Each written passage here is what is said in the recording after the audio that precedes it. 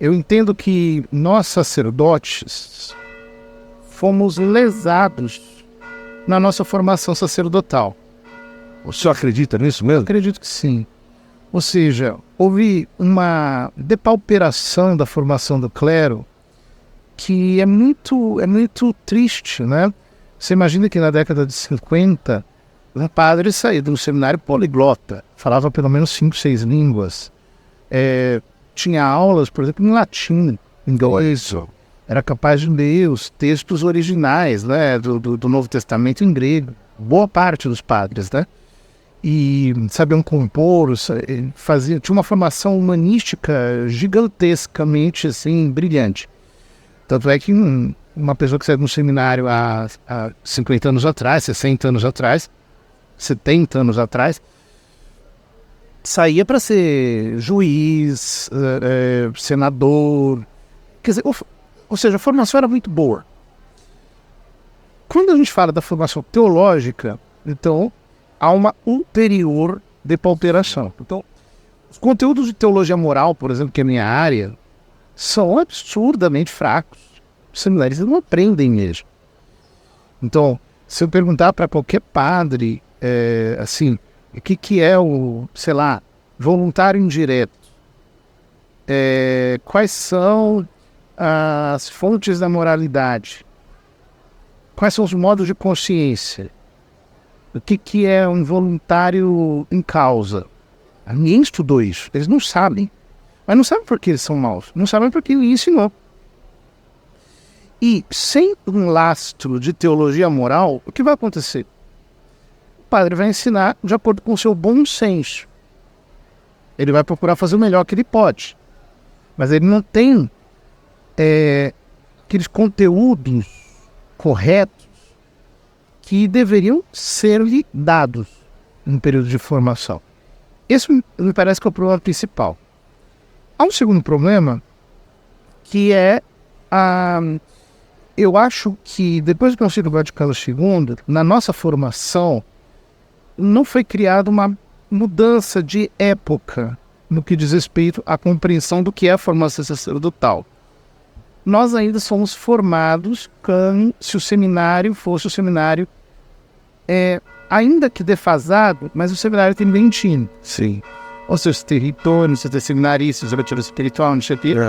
E é uma realidade que segrega o sacerdote, né?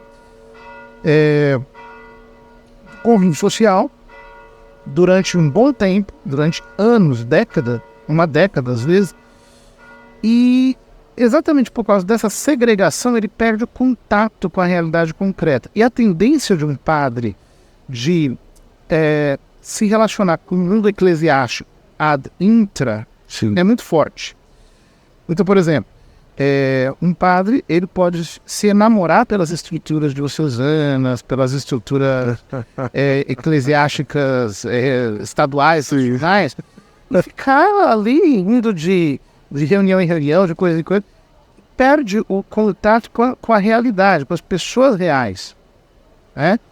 Eu vejo isso, por exemplo, muito nas homilias, porque você vê quando uma pessoa está falando para o povo, ou uma pessoa está falando para reproduzir um jargão, um tipo de maneirismo verbal, né, que é eclesiástico.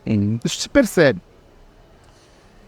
O que eu estou querendo dizer aqui é o seguinte: quando o Papa Francisco diz que a igreja tem que ser uma igreja em saída, quando ele diz que a pastoral junto às famílias tem que ser uma pastoral de acolher, acompanhar e integrar, isso aqui exige uma formação prévia muito intensa, muito forte, e também exige uma atitude de aprendizado prático, de escuta, de compreensão do problema, de entender. Isso exige você gastar tempo com as pessoas. Então, por exemplo, quando chega um casal para mim falando que está numa crise conjugal, geralmente não chega o casal, geralmente chega uma parte. Aí aquela parte vem primeiro a metade, né? pinta o problema de um jeito todo peculiar. Isso. Aí você chama a outra parte. Quando você chama a outra parte, ela pinta o problema de uma maneira oposta. Não tem nada a ver com o que a primeira disse. E é você que está do lado de fora que tem a capacidade de fazer a síntese. Agora, por exemplo, se você não tem uma compreensão da psicologia masculina, da psicologia feminina, se você não entra, né? Então, por exemplo, eu, de vez em quando eu faço algumas postagens bem simples no Facebook, no Instagram. Ontem mesmo eu fiz eu colocava assim, uma mulher me perguntou, foi uma pergunta real. Certo. Padre, Inclusive, a pessoa tem que dizer agora, foi uma pergunta real, né? Porque o pessoal agora foge a pergunta para poder entrar no assunto, né? exatamente. A pessoa fez uma pergunta assim, padre, meu marido, Tá real, foi ótimo. quando chega no final de semana,